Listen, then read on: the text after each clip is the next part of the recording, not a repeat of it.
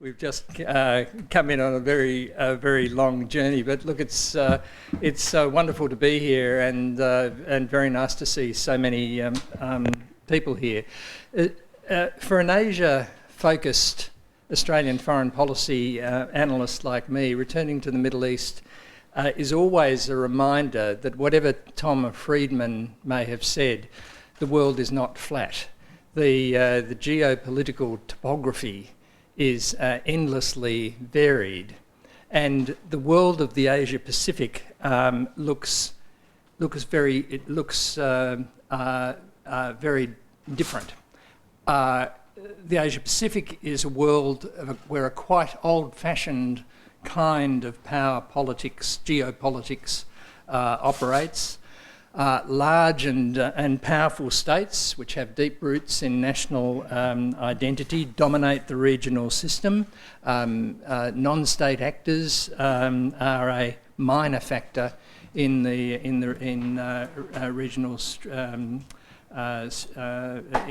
region.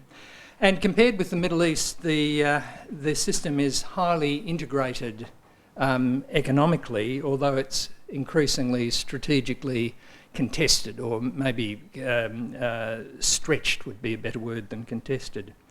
The region Australians think about as theirs is probably best thought about now not as the Asia-Pacific, but as the Indo-Pacific. Now, this is a framing device that successive Australian governments have used now and incorporated in their formal defence strategies.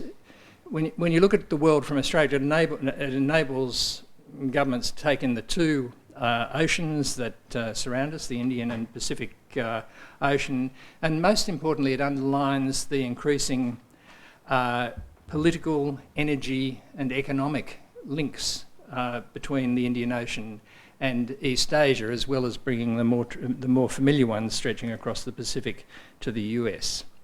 But whatever way you frame it, this is a maritime strategic environment rather than a continental system, and it's one that is changing very rapidly. For the first time in 2 centuries, Western naval primacy in the region is coming under sustained challenge.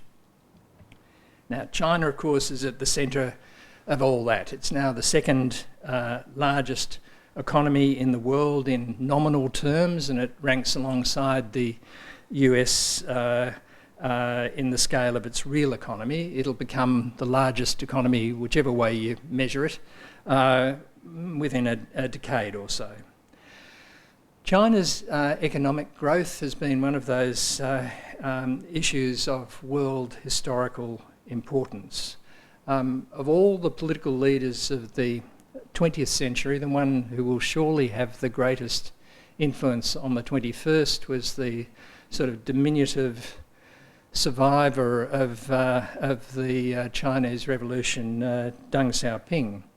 By upending Mao's economic philosophy while retaining his Leninist structures, Deng charted a course for China that enabled it to engage with the world at precisely the time that it could best take advantage of economic globalisation, and China became a key part of the manufacturing supply lines that have been globalisation's most distinctive feature. Now, one consequence of this is that, and there's a very complex series of interactions, but as a result of it, Australia, like almost all of China's neighbours, China is now the largest trading partner for Australia and almost all its neighbours. Now, Beijing faces huge economic challenges. The strategy which is adopted, which is pouring loads of cheap labour and intensive investment into manufacturing designed for exports, was a great idea and has delivered double-digit growth for a long time, but it can no longer be sustained. China's costs are rising along with its living standards, and in any case, Western product markets are now just too small to keep soaking up China's exports. So it has to transform its economy into one in which internal consumption and services play a much bigger role, and that depends on its capacity to develop effective capital markets and on innovation and education. And the big question here is whether it's possible to make such a transformation to a modern economy in a centrally directed one-party state. It's not the only problem, of course. China's growth, as anyone who's been there recently, has come at sometimes disastrous cost to its air and its food and its water.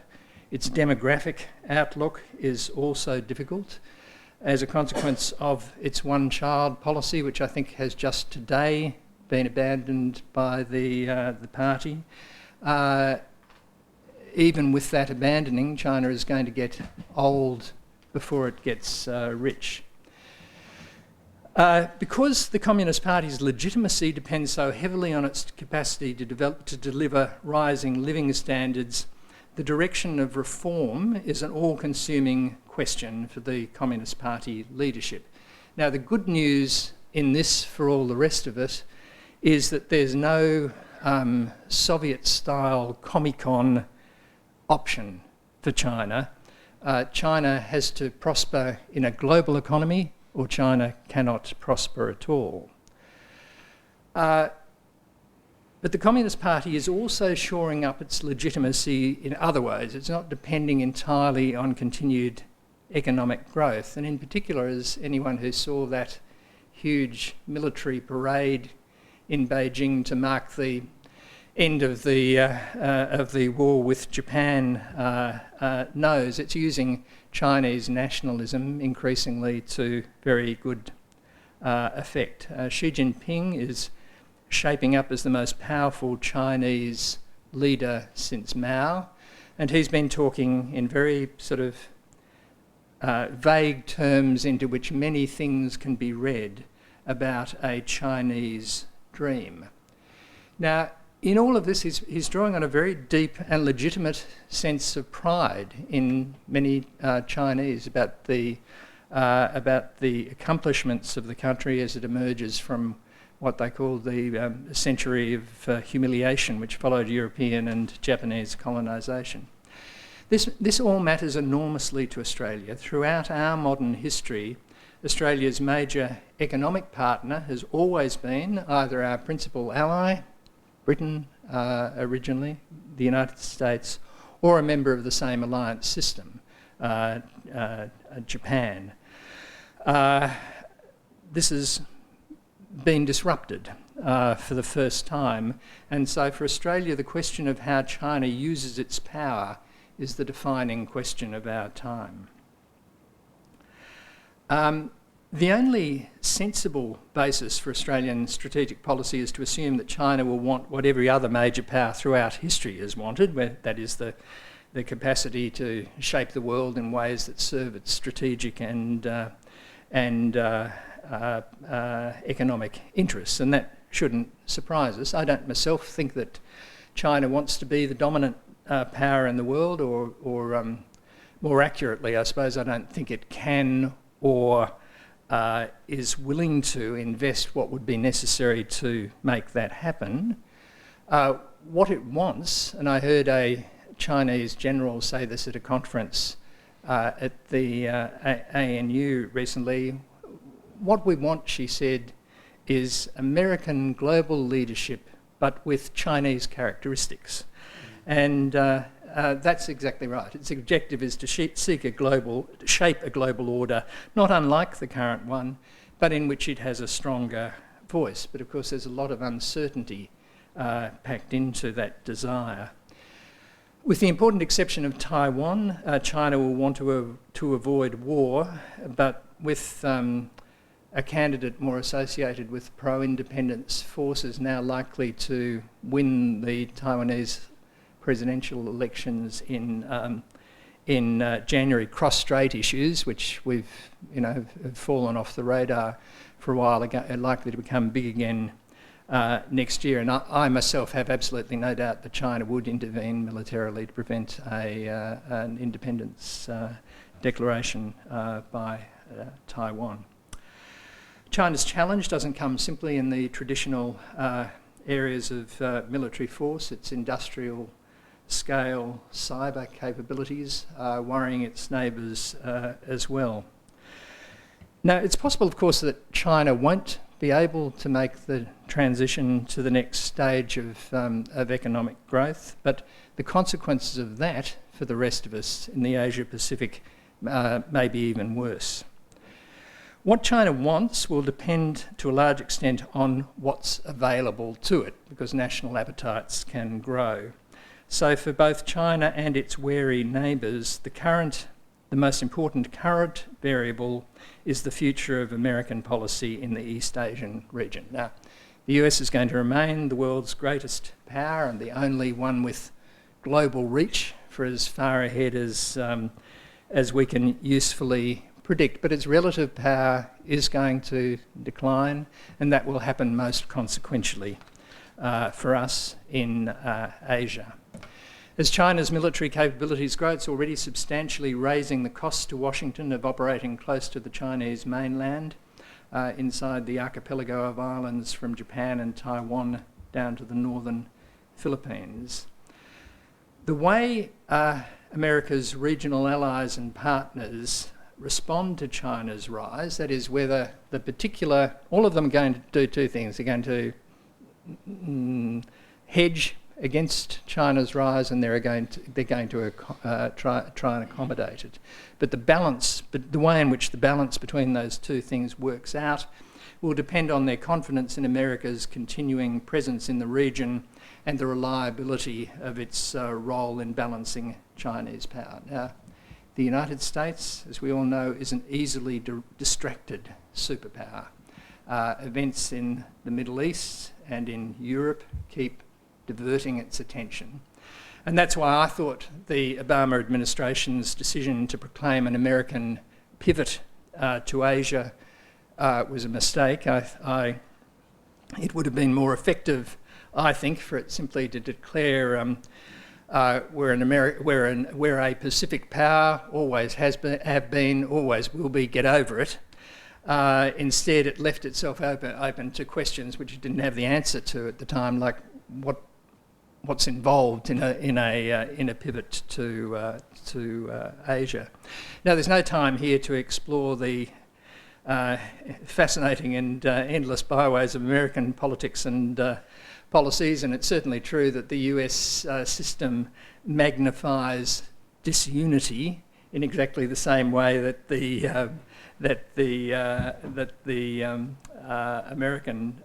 Chinese system reinforces consensus. But nevertheless, the dysfunction in Washington at the moment is causing an awful lot of problems unless the administration can persuade Congress to ratify the new regional trade deal, the Trans-Pacific Partnership, which it's negotiated so carefully. It's going to find regional anxieties increased. Those regional anxieties are greater in Japan than anywhere else in the region. Few countries in history, in circumstances short of war, have suffered such a sharp relative decline as Japan has. At the beginning of this century, the Japanese economy was twice as large as that of all its neighbours combined and 7 times bigger than China's. But from the 1990s, it entered a period of slowing growth and long-term deflation that became known as the lost decades, and into this, its demographic decline fed. Japan's working age population peaked in 1995, and it's gone down since then. At the moment, we're seeing a great debate going on in Japan, led by Shinzo Abe, about whether Japan should become a more normal power. More normal means putting aside the restraints in its post-World War II pacifist constitution and participating more actively in alliance activities. Now, the debate is not going to be easily won. Those restraints are very deeply embedded in Japan, but my guess is that fears of Chinese hegemony will be enough to drive Japan towards a more active international security posture. Now, I've got lots more things to say and no time to say it, so let me briefly just go through three things. The big uncertainty, no single event in the Asian region could disrupt the strategic order more than a crisis on the Korean Peninsula. We don't know when and how that is likely to happen, but it's impossible to think that this bizarre sort of communist theocracy, hereditary monarchy in Pyongyang can continue indefinitely, and when it does fail by implosion or erosion or explosion, the consequences for all the regional states will be enormous. The part of the region that matters most to Australia is the part nearest to us in Southeast Asia, which becomes more important as regional countries become the forum within which a good deal of the competition between Asia and between China and the US plays itself out. I'm more pessimistic about Southeast Asia than I have been at any time since the 1970s. I think the challenges. 2 minutes. The challenges. You're a hard man. The economic challenges are of avoiding the middle income trap are enormous. The political challenges throughout mainland Southeast Asia, I think things with long-standing assumptions about polities, about the role of the monarchy in Thailand, about the role of a multi-ethnic state in Malaysia are coming under serious threat.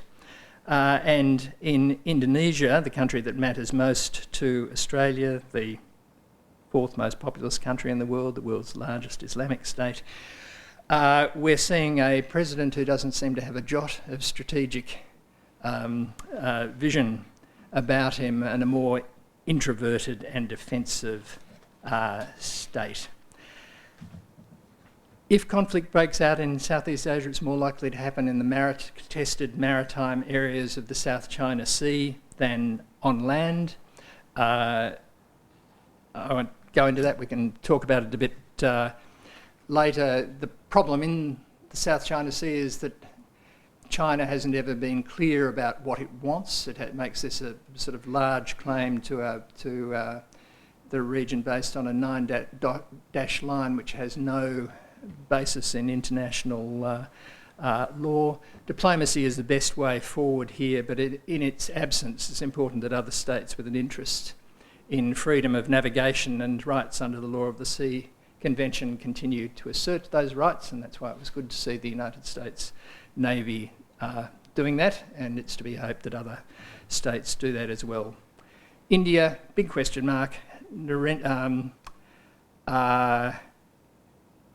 Modi wants to get involved in Southeast Asia and East Asia. I think he will get involved, but the magnetic pull of Pakistan and West keeps, tugging India backwards. Australia's back to the West, rather. Australia's interests in this are clear. We want to maintain the balancing engagement of the US in the region's strategic system, and we want to preserve the current economic system on which our prosperity is based. But for those things to happen, changes in both those systems are needed. So the challenge for statecraft, complex challenge for statecraft in our part of the world, is to find ways in which the region into which China rises is one in which the voices of all countries, large and small, can be heard and their interests accommodated. Thank you.